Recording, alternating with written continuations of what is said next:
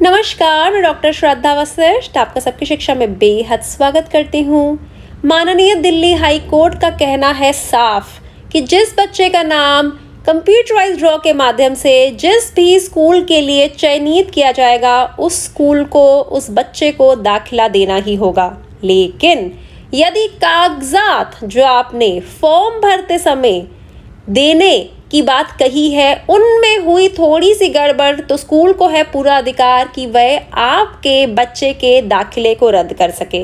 जी हाँ, अगर computerised draw के माध्यम से भी आपके बच्चे का नाम सिलेक्ट होता है लेकिन कागजात आप पूरे नहीं दे पाते, तो ऐसे में स्कूल आपके बच्चे का दाखिला रद्द कर सकता है।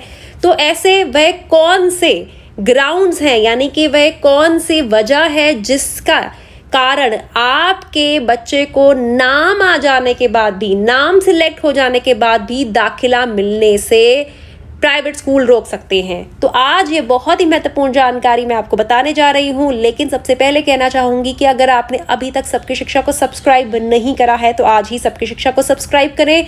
जो भी लोग आपको अच्छे लगते हैं, अपने सगे संबंधी, अपने दोस्त, अपने रिश्तेदार, अपने पड़ोसी, उन्हें भी सबकी शिक्षा के बारे में बताएं ताकि उनके बच्चों के भविष्य बनाने में आपका योगदान रहे और वह पूरा परिवार हमेशा आपकी इस मदद को याद रखे। तो सबसे पहला जो पॉइंट है वह है non submission of valid date of birth proof of the candidate. मतलब कि आपने फॉर्म भरते समय जिस भी बर्थ प्रूफ पर जन्म प्रमाण पत्र पर टिक किया है वह आप दाखिले के समय नहीं दे पाए। जैसा कि आप सभी जानते हैं, दाखिले के लिए 4 कागजात होते हैं। पहला बच्चे का बर्थ सर्टिफिकेट, दूसरा अस्पताल के द्वारा जारी किया कागजात, तीसरा आंगनबाड़ी के द्वारा जारी किया गया कागजात, चौथा स्वलिखित घोषणा पत्र। इन चारों में से अगर कोई भी एक जो आपने कहा कि हम दाखिले के समय देंगे, फॉर्म पर आपने में टिक करा, लेकिन जब बच्चे का दाखिले के लिए आप स्कूल पहुंचे तो जिस पर आपने टिक किया था वह आप नहीं दे रहे, आप दूसरा दे रहे हैं, तो ऐसे में आपके दाखिला को स्कूल वाले देने से मना कर सकते हैं। तो नॉन सबमिशन, आप valid date of birth proof को जो आपने फॉर्म में भरते समय टिक जिसके आगे करा है वह आप नहीं दे रहे हैं।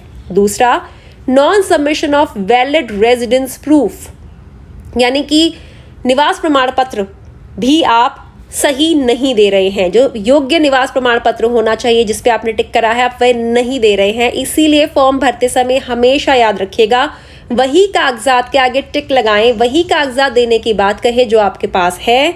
अन्यथा आगे बच्चे के दाखिले के समय नाम आ जाने के बाद, नाम सिलेक्ट हो जाने के बाद भी आप दिक्कत में पड़ सकते हैं।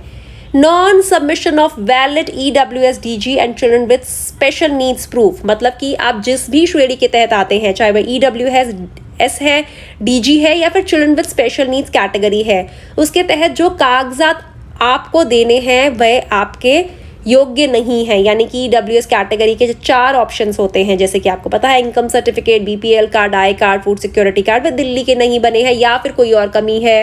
DG कैटेगरी में आप सभी को पता है SC, ST, OBC चिल्ड्रन आते हैं, ऑर्फन बच्चे आते हैं, ट्रांसजेंडर बच्चे आते हैं, HIV इफेक्टेड बच्चे आते हैं। तो उनसे संबंधित जो कागजात चाहिए वह सही नहीं है, या फिर स्पेशल नीड्स बच्चों का जो अस्पताल के द्वारा जारी किया कागजात है, सरकारी अस्पताल के द्वारा जारी किया गया कागजात है, उसमें कमी है, तब भी स्कूल बच्चे के दाखिले को रोक सकता है।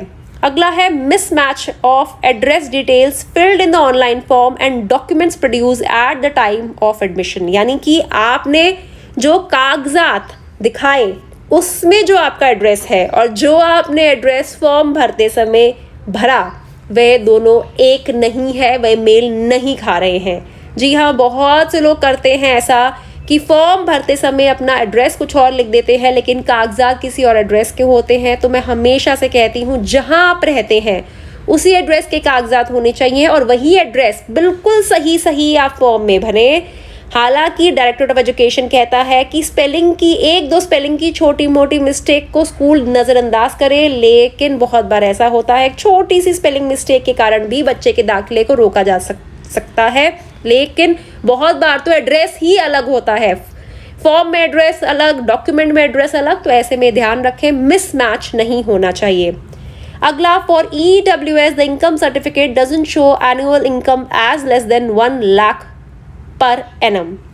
जैसे कि आप सभी को पता है, फिलहाल तक EWS कैटेगरी के तहत जो इनकम सर्टिफिकेट बनता है उसके लिए जो आय होनी चाहिए वह 1 लाख से कम होना चाहिए, तभी वह बच्चा EWS कैटेगरी का लाभ उठा सकता है। लेकिन बहुत बार ऐसा होता है वह आय 1 लाख से ज़्यादा होती है।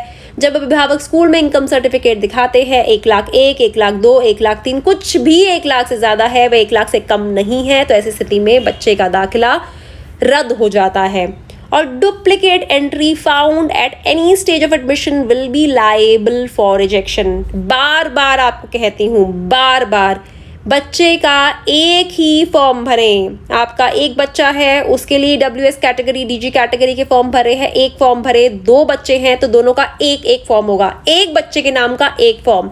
लेकिन कई बार मैंने ऐसा देखा है, क्योंकि आप लोगों के मैसेजेस भी आते हैं, कई लोग मेल करके भी बताते हैं कि मैम हमने ना 2 फॉर्म भर दिए, कई कहते हैं हमने 5 फॉर्म भर दिए। हमें लगा कि 5 फॉर्म भरेंगे ना तो हमारे बच्चे का नाम आने के चांसेस बढ़ जाएंगे।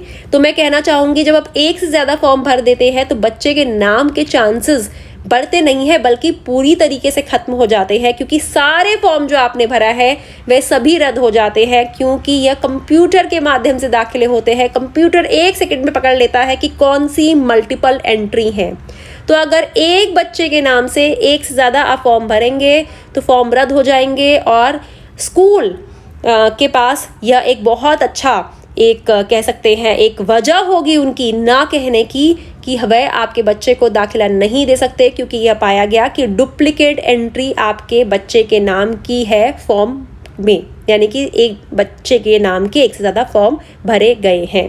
तो उम्मीद करती हूँ आप ये जो मैंने बताया है 5 पॉइंट्स, इन्हें आप बहुत अच्छे तरीके से समझ गए होंगे, ध्यान रखेंगे फॉर्म भरने से पहले इन सभी का, और हमेशा इस बात को याद रखेंगे कि जो जानकारी दिल्ली का शिक्षा विभाग नोटिफिकेशन में देता है आप उसे पढ़ेंगे, सबकी शिक्षा की वीडियोस को देखेंगे। जब भी फॉर्म निकलेंगे, फॉर्म को कैसे भरना है इसकी वीडियो मैं आपके लिए लेकर आऊंगी, उसे 2, 3, 4 बार देखेंगे और तभी फॉर्म भरेंगे। जल्दबाजी में फॉर्म नहीं भरेंगे, क्योंकि जल्दबाजी वजह हो जाती है बहुत बार बच्चों के दाखिले रद्द होने की। तो मैं चाहती हूँ सबकी शिक्षा के परिवार के सभी लोगों के बच्चे बढ़िया स्कूल जाएं, उनका बेहतर भविष्य हो और हमारा देश प्रगति की राह पर अग्रसर हो। अब मुझे डॉक्टर श्रद्धा वशिष्ठ को इजाजत दीजिए। नमस्कार।